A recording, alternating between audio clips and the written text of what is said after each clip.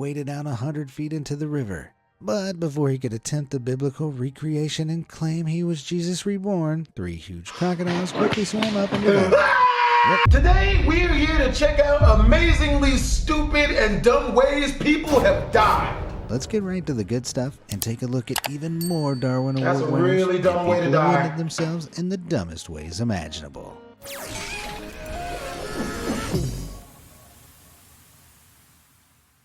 Permanent bedhead. What? Moving a mattress is no easy task. With the average mattress weighing up to 150 pounds and being pretty bulky, they need to be well strapped down when being transported on top of a van or car. This is kinda obviously to stop the wind catching them and tearing them off. Although this is some pretty basic thinking that didn't occur to a certain 20-year-old woman back in 2016. She and her friend were trying to transport a mattress, but the thing was too big to fit in their van. Their solution? One would ride on top of the mattress, pinning it to the roof of the van, while the other drove. What could possibly go wrong? No! A lot, it turned out. No! Unaware of how the laws of motion worked and massively overestimating the mattress surfer's strength, the whole thing flipped off as soon as the driver put their foot on the gas. The mattress hit the road, and so did our unlucky lady. I'm happy to say the mattress bounced back. Our mattress surfer, on the other hand, didn't. Oh!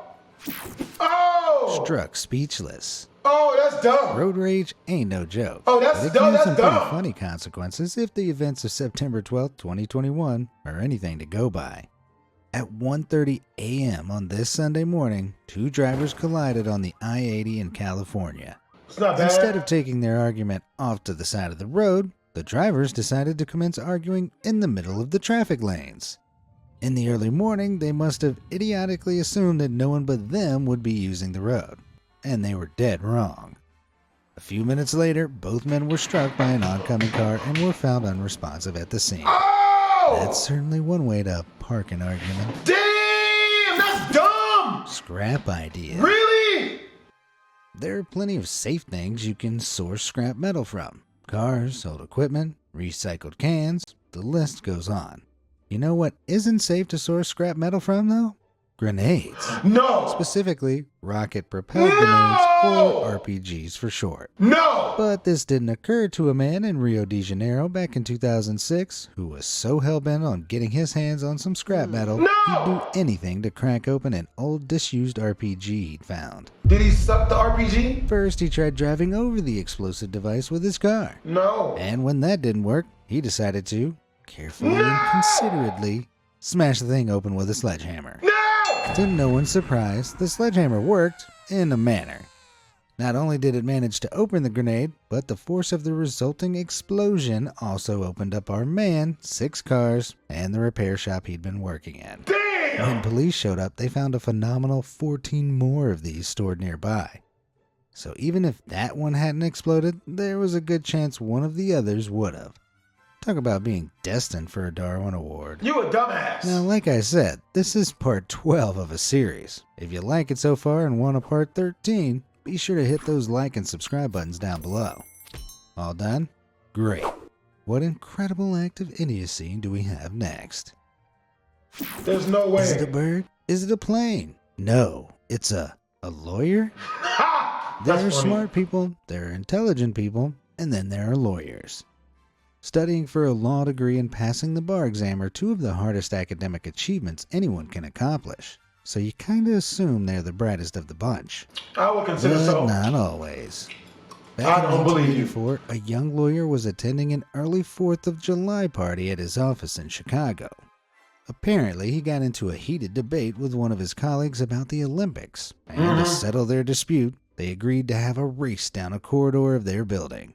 Seems like a fun, safe solution, right? Yeah. Well, I should mention that our young lawyer needed glasses to see long distances because he had taken them off before the race so they didn't fall off his face. Oh, and also that his office was in a glass-paned high-rise building and the pair were racing around the 39th floor. You see where this is heading, yeah? I hope Well, not. our lawyer definitely didn't. Don't. As he No. was running headlong down the corridor, the young lawyer lost his perspective and went crashing through one of the plate glass window panes. While he may have lost the race, he did make the 400-foot journey from the 39th floor to the ground floor in just 6 seconds. How did you lose the race? That's gotta be a new record, right? Dodging debts. Nobody likes getting to the end of the night in their local bar and realizing they have to pay their tab. Ordering drinks for everybody seemed like such a good idea 4 hours ago. Yeah. While most people just swallow their pride and pay up, back in 2001 it was reported that 2 gentlemen at a bar in Cairo decided not to do this. Instead, they skipped out on their $180 whiskey tab and tried to escape by diving into the River Nile nearby. Seems like a smart getaway. However, through most of Cairo, the Nile is around 1,000 feet wide, roughly the length of 13 tennis courts laid end to end. No! Now, I don't know about you, but I'd struggle to swim that distance sober, never mind having drunk $180 worth of whiskey. While one of the drunken duo just about managed to scramble his way to the far shore, where the police were waiting for him, the second misjudged his ability to swim that far and never made it to shore. That's one way to get out of paying your tab, I guess. That's one way, yeah. That means, at least he didn't have to pay the bill, which is the important part. High on life. Now, in the U.S., you don't need a license to drive a ride-on lawnmower, providing you're not taking it down a public road. You know what you do need a license to operate, though? A plane. I mean, seeing how complicated flying can be, you can all see why, right? Well, this clearly wasn't something that occurred to a father and son gardening duo, who back in 2000 had been hired to trim the fields over at New Mexico's Tucumcari Municipal Airport. But instead of riding their lawnmowers, the duo came up with the bright idea to take one of the aircraft for a joyride. So, while left unsupervised, they sneakily stole a small 2-person Ercoupe plane, filled up the tanks, and then took off from the runway. They made it 150 feet into their ascent when suddenly the plane started to wobble. Now, most pilots would know what to do in this situation. Unfortunately, neither the father nor son was a pilot. Neither did they have any type of pilot training or, to anyone's knowledge, any experience of flying a plane whatsoever. Stupid! As such, the plane nosedived into the ground and burst into flames, taking both idiots with it. Were they really dumb enough to think it'd just be like driving a mower, but in the air? Well, whatever they thought, this joyride ended in flames. Damn, yup. A real firecracker. Here's a question for you. If you wanted some firecrackers, the little explosives that make a real loud banging noise, how would you go about acquiring some? The Mexicans! You just buy some, right? Like a normal Yes! person? Well, according to an unconfirmed report from 2002, one man over in Croatia thought Mexicans have all the best fireworks around 4th of July, man. Tell me I'm wrong. the idea of paying for firecrackers was far too safe, and decided to make his own for some New Year's celebrations. No. How? By using No. whatever he had to hand. Don't you be Which stupid. turned out to be a chainsaw. Don't you And a stupidity. hand grenade. What? I don't think I have to explain that sawing into an explosive device is a really bad idea. One that cost this idiot his life. But it won him a Darwin Award, so at least he still had something to celebrate. That was obviously a successful suicide, man. Gone fishing. Have you ever heard of blast fishing? Like the name suggests, it's where people use explosives to stun or kill entire schools of fish out in open water for easy pickings. It's a very dangerous and largely illegal practice. But it'd take more than that to stop a couple of Illinois idiots from indulging in a little illegal Sunday afternoon blast fishing back in 1998. The two friends hopped in a 14-foot aluminum boat and sailed out onto the waters of Fox Lake. Aluminum? Once they were far enough out, they lit up a quarter stick of dynamite, threw it into the water, and waited for the fish to float up to them. What they hadn't realized was that they'd thrown the dynamite downwind of the boat, so a few seconds later their boat was blown right over the dynamite. The explosion ripped a huge hole in their boat, sinking it about 100 yards from shore. Now, it's unclear whether one of them was knocked unconscious by the blast or more likely couldn't swim, but either way, he never made it back to shore. At least now he knows how those poor fish felt. Wow. stupider. That joke was in poor taste. SK-ARMA. There are a few things you need to go skiing.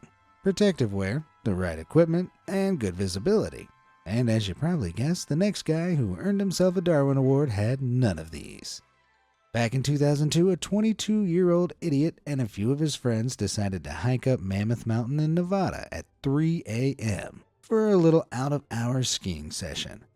Being a spur-of-the-moment decision, our spontaneous skier hadn't brought anything to ski down on, so he decided to improvise by ripping some of the safety padding off of one of the ski lift towers, which usually protects skiers that accidentally hit the big metal poles on their way down the slope. Padding in hand, he made the huge hike to the top, hopped on, and slid down. He was having the time of his life, right up until he came to a dead stop. Literally. The Battle of Stalingrad has begun in Enlisted, the free Second World War online shooter. Take part as either the USSR or Germany and experience this legendary battle. It turned out our stupid sledder in the pitch black had slammed straight into the lift tower he'd removed the pad from. Gee, if only there'd been, I don't know, some sort of protective padding there so that this exact thing didn't happen. Honestly, I despair. I really do. Yeah, he a dumbass. Check what you're taking. Now, I've never stolen as much as a stick of gum in my entire life, but even I know that if you're going to steal something, you should probably double check what you're stealing first. Otherwise, you'll end up like the 5 idiots from the Czech Republic who joined the Darwin Awards back in 2008. These 5 dum-dums decided to break into an abandoned factory in the town of Kladno to steal some scrap metal. They quickly got to work breaking down a couple of upright steel girders they found. What they hadn't realized is that these girders were the only thing supporting the factory's roof above them. What? Once dismantled, the roof obviously collapsed, No! crushing 2 of the thieves and injuring the 3 others. So if after that story you're still set on a life of scrap metal crime, remember, gravity doesn't care if it's an accident or if you're just an idiot. Got him! Bad bungee. Oh no. Have you ever been bungee jumping? No. It's an exhilarating experience. I don't care. But jumping off a bridge or a cliff with nothing but a big elastic cord attached to your ankles to stop you from hitting the ground is pretty dangerous. Which is why you should always do it with professionals that have all the right gear, licenses, and insurance. The exact opposite of what one thrill seeker did back in 1997. This 22-year-old fast food worker from Fairfax County, Virginia decided to seek some cheap thrills by bungeeing off a 70-foot railroad trestle bridge. The only problem was that he didn't have access to a professionally made super thick bungee cord, so he just made one himself. Can you guess what he made it out of, though? Bungee cords! No! You know, the little elastic straps you use to keep car trunks closed or hook a sleeping bag to a backpack. No! Yeah, those. Somehow he thought strapping a bunch of them together would be enough to hold his weight when he jumped off the trestle. And you know what? It might have been, had he made the rope short enough. In an astonishingly moronic move, our thrill seeker made the rope too long and ended up making very close friends with the pavement 70 foot below. Pancake style. What? A tough act to swallow. Back in 1999, the most amazing Darwin Award of all time, in my opinion, was given out to an unnamed performer from Bonn, Germany. The performer was apparently a professional sword swallower and was able to swallow a wide range of long, ridiculous objects, like swords, balloons, and even large umbrellas. Except one day, while he was showing off his skills with an umbrella, he apparently hit the automatic release button on the umbrella's handle. The umbrella opened while still lodged in his throat, and the avid entertainer didn't live to perform an encore. It almost sounds plausible, and while the performer earned an official Darwin Award, there are several holes in the story. For a start, the first report of this surfaced in 1997, not 1999. Since then, multiple reports of the same story have surfaced in different years, with the exact same scenario happening to a poor performer named Boris in New Jersey back in 2007. Except there are no obituaries or records to suggest any of these stories are real. The sword-swallowing community even came together to claim it's just not possible to fit a folded umbrella down one's esophagus, as it would be too wide. As such, this is almost definitely an urban legend. That said, have you ever seen someone swallow a whole umbrella tip first? Maybe you have a photo of it? If you do, send it through to stories@beamazed.com and I'll be sure to feature you in an upcoming video, providing we don't yeet ourselves out of the gene pool before then. Speaking of which, zippity doodah. Brits abroad don't have the greatest reputation. Stereotypically, they can be loud, obnoxious, and, on occasion, so stupid that they end up earning themselves a Darwin Award. At least that's what one Brit did up in the Italian Alps back in 2002. The 49-year-old climber was with his family enjoying the incredible views from the mountains near Belluno in northern Italy. And then, in what I can only describe as an utterly insane move, he snapped his mountain climbing clasp onto a disused cable car cable and tried to slide down it using his hands. For some reason, he seemed to think he'd be able to control his super steep descent using only his hands, and while everyone around him, even passers-by, tried to stop him, he ignored them and did it anyways. Perhaps the cable still had a layer of grease on it from its old cable car days, or maybe he just didn't have the strength he thought he did. Well, whatever it was, he quickly lost control, which saw him smash into several rocky outcrops before coming to a dead and sticky stop on a metal support pylon about 650 feet down the cable. Yeah, when you're about to do something so dumb that a bunch of strangers butt in to try and stop you, that's probably the point at which you should reevaluate your life choices. Unless you're gunning for a Darwin Award, that is. And he won it. Good job. Jailbird learns to fly. Oh boy. Jailbreaks look really cool in films and are almost always pulled off without a hitch. But in reality, they're much more dangerous and foolish than they appear on the big screen, as proven by an Allegheny County jail inmate back in 1997. He decided that instead of staying to face the music, he needed to make a speedy exit. So he tied together a couple of bed sheets he'd pilfered from other inmates, broke the supposedly shatterproof window of his cell, and then used the bedsheet rope to rappel down the outer jail wall. But there were just two problems with his plan.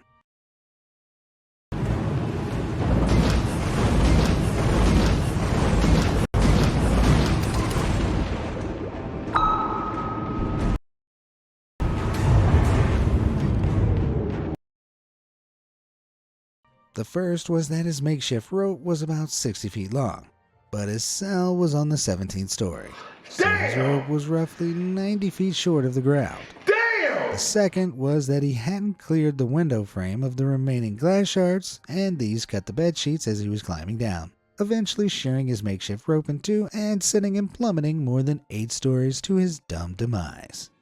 Talk about being criminally stupid. Slide of his life. So we've established that people can be pretty dumb, but you know what makes them even more dumb? Alcohol. Yeah. And it was this devil juice that saw a 25-year-old man from Calgary, Canada, given a Darwin Award back in the year 2000. He and his buddies had been out drinking and they decided to continue the party at a friend's apartment complex. That's when one of them challenged the rest of the group by saying, "Who's gonna ride the in-house water slide?" Spoiler alert, it was not in fact a water slide, but the complex's garbage chute. Unfortunately, our man of the hour drunkenly took up the offer. What he obviously didn't realize in his drunken state was that there would be an industrial trash compactor waiting for him at the other end. Although that was the least of his worries, as the chute down was a near vertical 12-story drop, over 100 feet. Well, by winning a Darwin Award, at least his passing didn't go to waste. Unlike his body. What type of shit?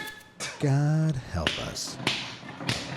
There's nothing wrong with following a faith, but following one to your death isn't worth it. Yeah, as Pastor Jonathan M. Thwethwa supposedly discovered. According to multiple tabloids back in 2017, this pastor of the Saint of the Last Days Church in White River, Mpumalanga, promised his congregation he would demonstrate the strength of his faith by walking on water. In the whole week leading up to the event, he fasted and prayed. And when that fateful morning came, he waded out 100 feet into the river. But before he could attempt the biblical recreation and claim he was Jesus reborn, 3 huge crocodiles quickly swam up and devoured him. Yep, somehow Pastor Thwethwa had missed the memo that this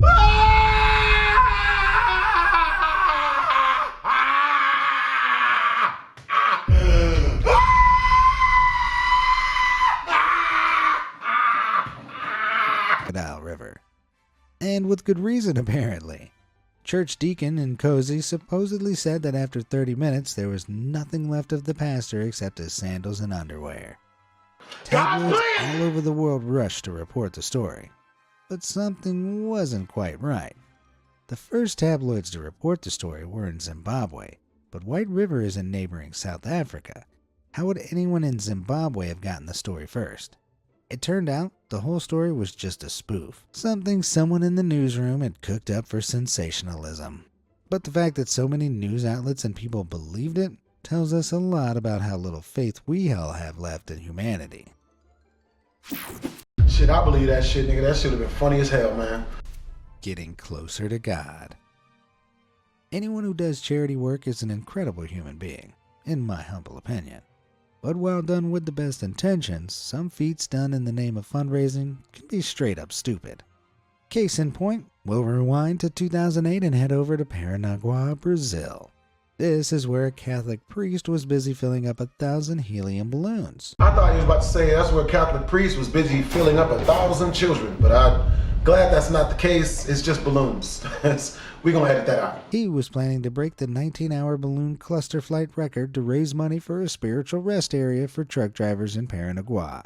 He'd made an attempt earlier that year using 600 balloons, but had only managed to stay airborne for 4 hours, and had drifted 16 miles to San Antonio, Argentina.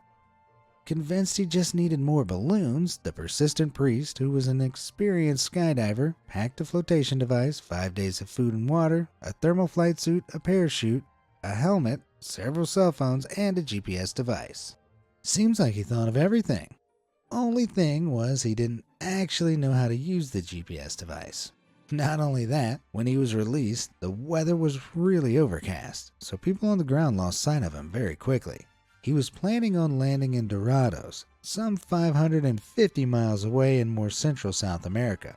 But the thing with balloons is that they follow the wind. So without any way of steering himself, when a rogue gust of wind blew the flying father off course, he was carried out to sea. Later that evening, perhaps realizing he couldn't work his GPS, he rang the military police, who confirmed he was actually about 16 miles out from the islands of Tamborete. And after that, they never heard from him again. Clusters of balloons were found in the ocean the next day, and 3 months later, the bottom half of the floating father was discovered 62 miles out from Macaia. What? So what happened? Had he risen too fast too quickly and run out of oxygen when he got too high? Had the balloons failed and sent him crashing into the ocean? Had he been caught in a storm? It seems he didn't realize he was that far out over the ocean until it was too late, and then crash landed. He might have survived for a short time out in the water, but with his cell phones and GPS waterlogged, not even he could have survived 3 months out in the open sea. Well, at least in his final days, this priest literally got a little closer to God. Which of these awardees do you think was the real winner? That is some terrifyingly funny shit. Hope you guys enjoyed the video. If you did, make sure to comment, like, and don't subscribe. It's your boy BlastphamousHD, Twizzle.